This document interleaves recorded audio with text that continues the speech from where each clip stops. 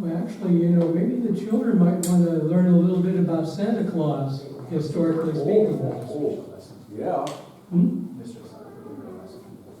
Oh, good. Oh, well, anyway, the big children are here. Right. All right, so anybody know who this guy is on a horse? St. Nicholas. St. The Nicholas. Santa Claus. Yeah. So Santa Claus evolved clear back from when St. Nicholas was born in 270 AD. He lived from 270 to 343. In other words, 73 years.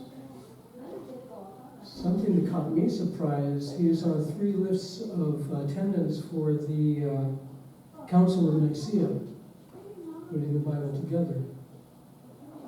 And he was born in what is now Turkey, Asia Minor. And at that time, of course, there were a lot of troubles in the world. He was a Catholic Cardinal, and he was known as Nicholas of Bari, or Myra, depending on your pronunciation.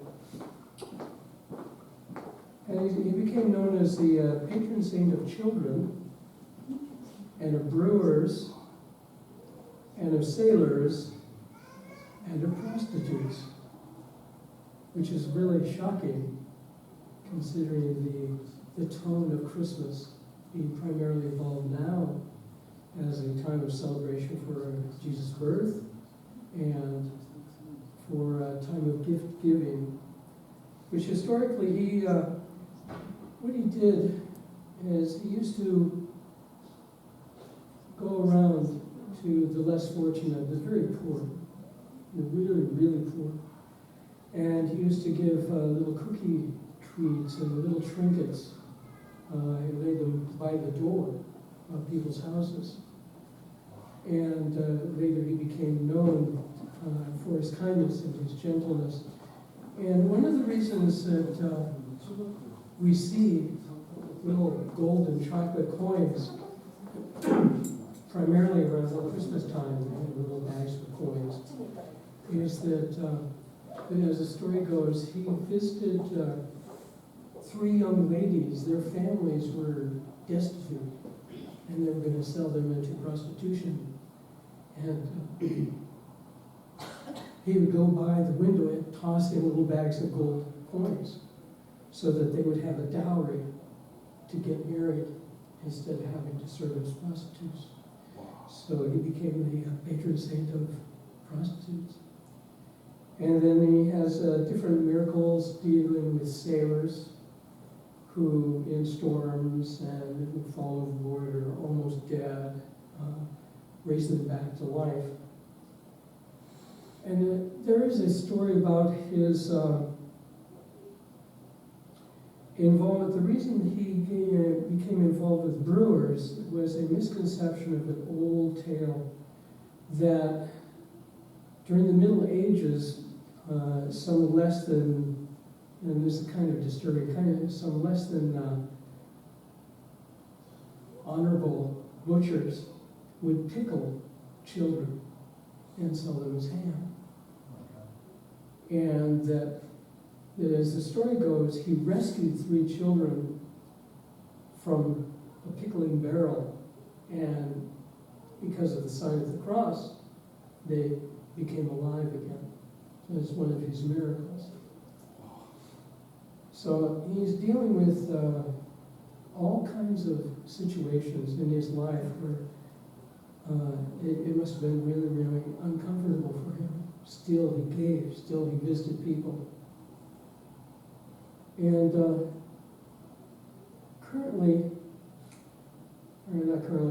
from the early ages of the 12th century and so on, his artifacts, his holy relics, were transferred to Spain from Turkey.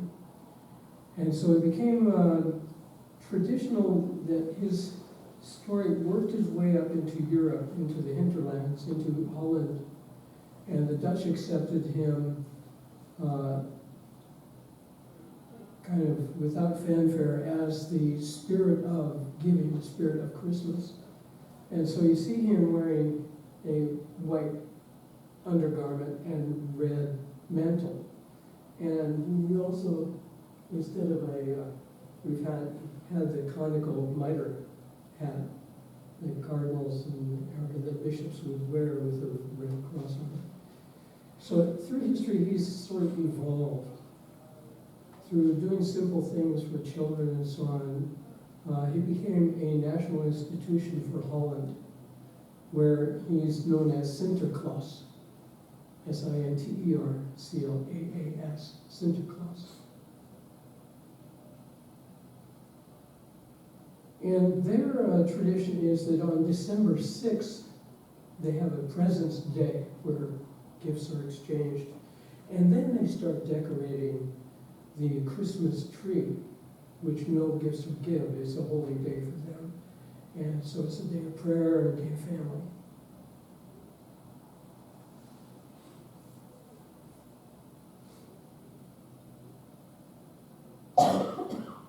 And as the Reformation was taking place with Martin Luther, during his period,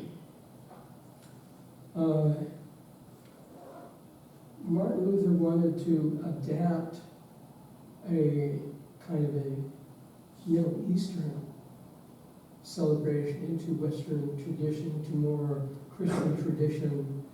So he changed the name from Santa Claus to Christenkinder, which is a butchering of Kris Kringle in the modern era. Everybody saw the movie Miracle on 34th Street, where the person portraying Santa Claus is in court, he's arrested for being on the street, etc., etc. So his pseudonym is Kris Kringle, which Martin Luther is responsible for, but we butchered that. It's no longer that, but rather Christ's Child Day or Father Christmas. They have two ways of dealing with Christmas and the spirit. In World War II, Holland was occupied by the Germans. And if I can find it, there's a poem, a kind of a song that was sung at the time.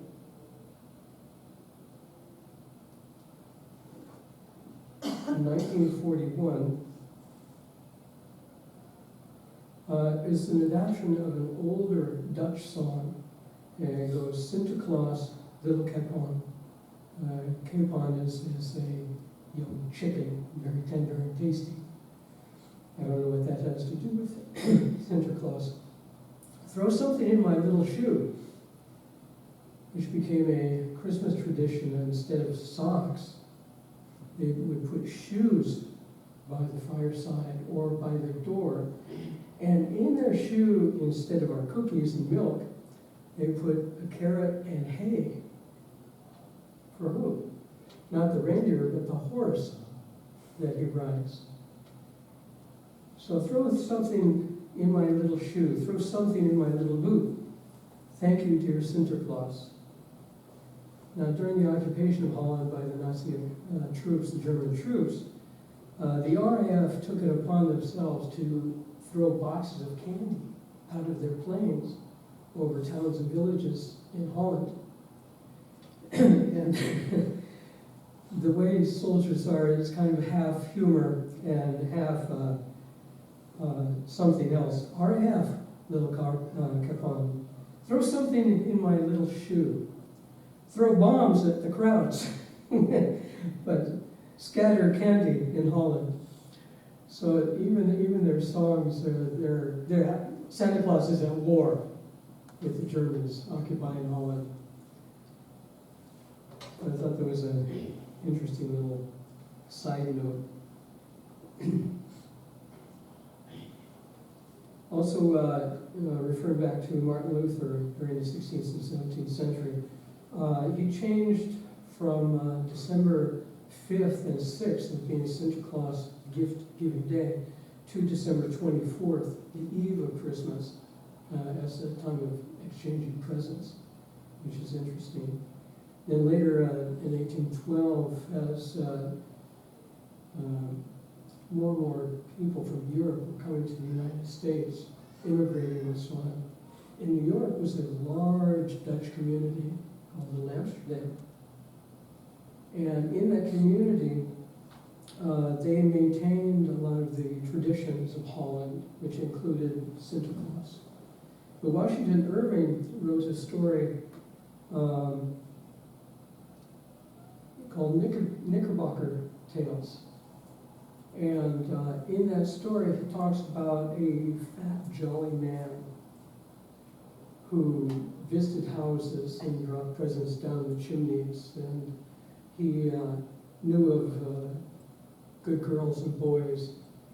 So the morphing of Santa Claus, which now is celebrated similar to Mardi Gras Day, in which the story of him moving from Spain up into the Netherlands area, they have him arrive instead of like we have reindeer and sleigh by boat, by barge.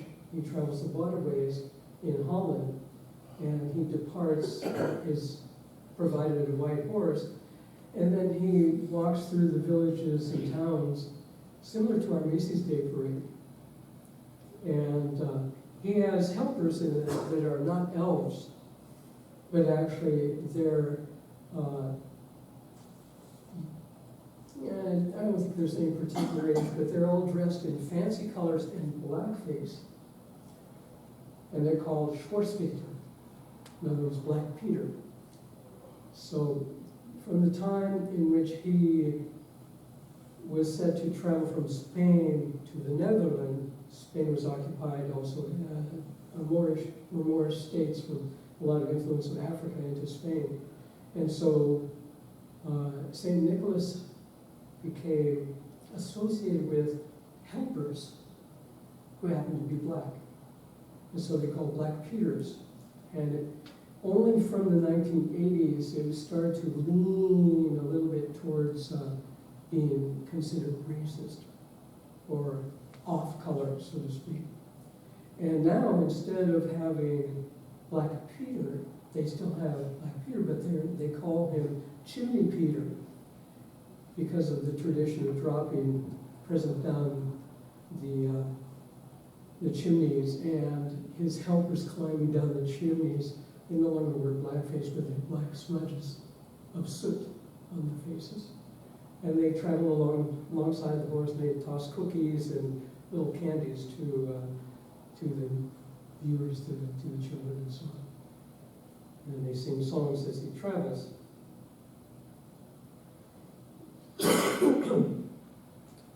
So, origins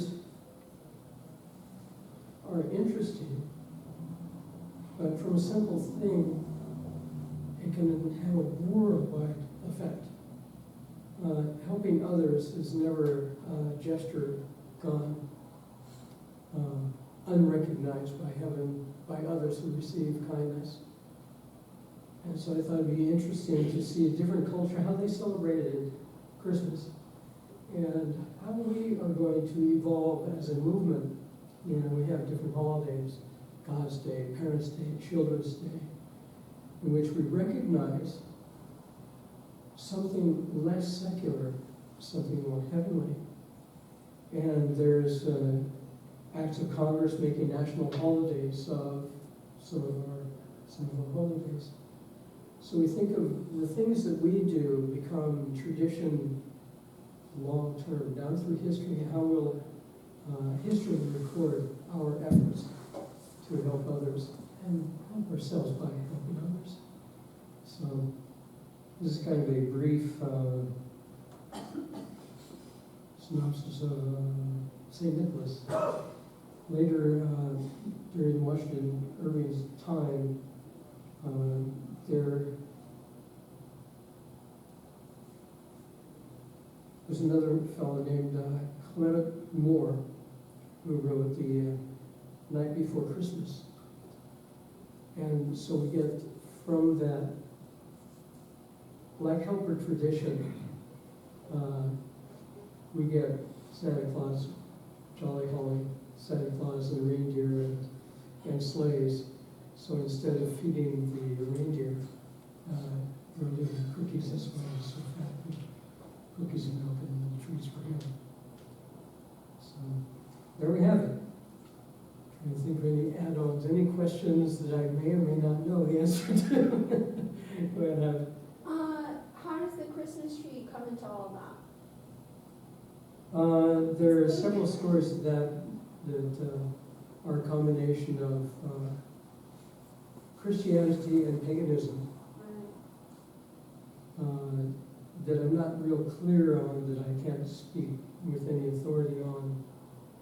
But it became a tradition during winter solstice to decorate portions of the forest with different things that are made by participants, little offerings to the spirits, to the sprites, to the wee people, to the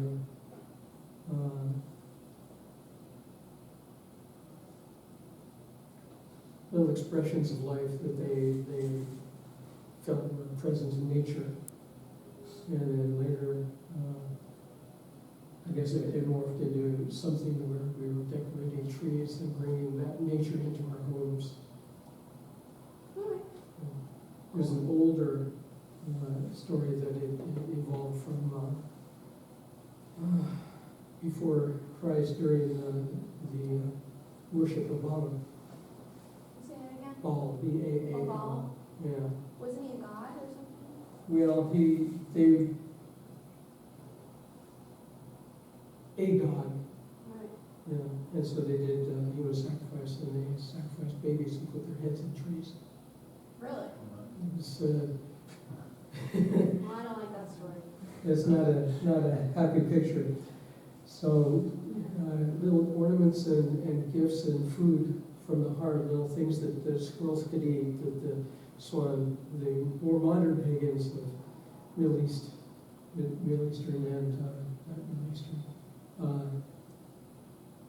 Northwestern European Celtic celebration. Yes. You said originally he was he was connected to the church as like a saint. He did some good things, Mhm. and then As he as died, time went on, his story developed and evolved. right. But is it the fact that they changed it to December 24th, giving the gifts, was that connected in any way to the idea that Jesus was born on the 25th? Or has it just happened that the same day? No, it was a transformation during the Reformation, or during Martin Luther time. He wanted to get away from the gift giver, old man, back to Jesus. So he renamed Santa Claus time period. He renamed it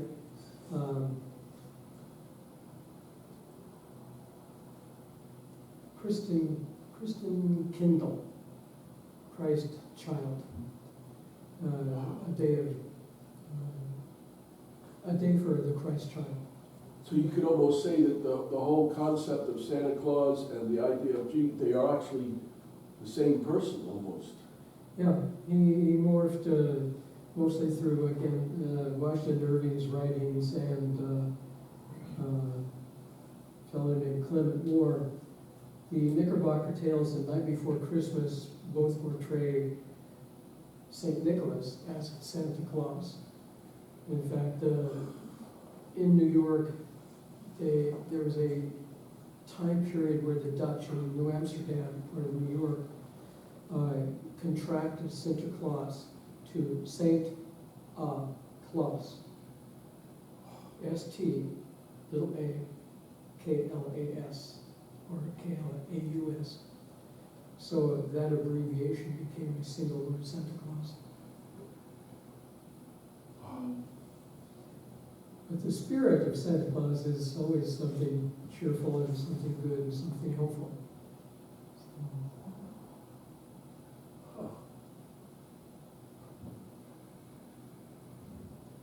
Something you, some few things you didn't know before. Thank you, Kindle, or Kindle and Wikipedia. Some interesting information called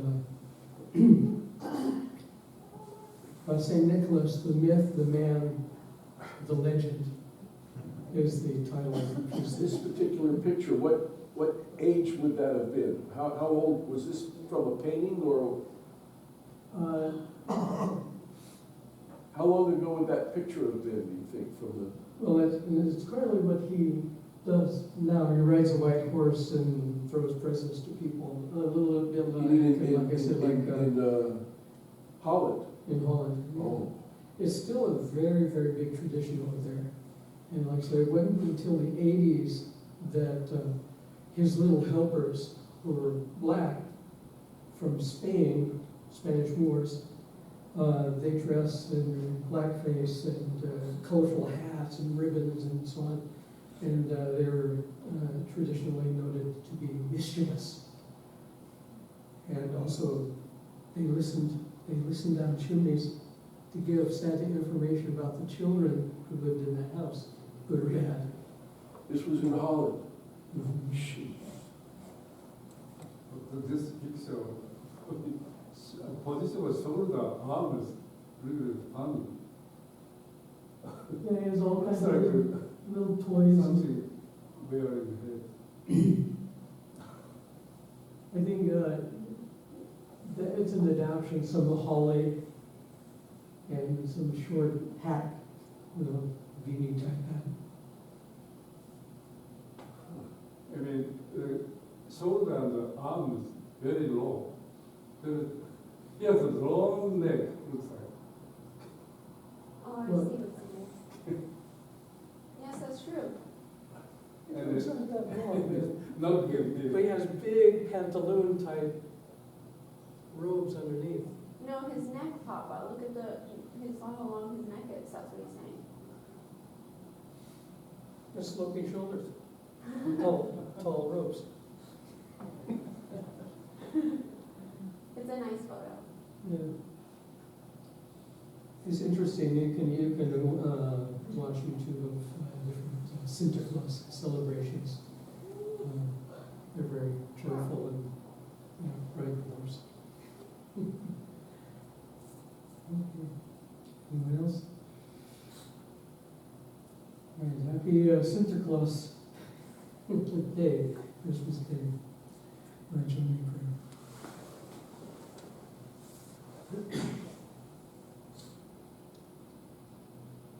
Heavenly Parent, we are grateful for each day of life and every breath in it.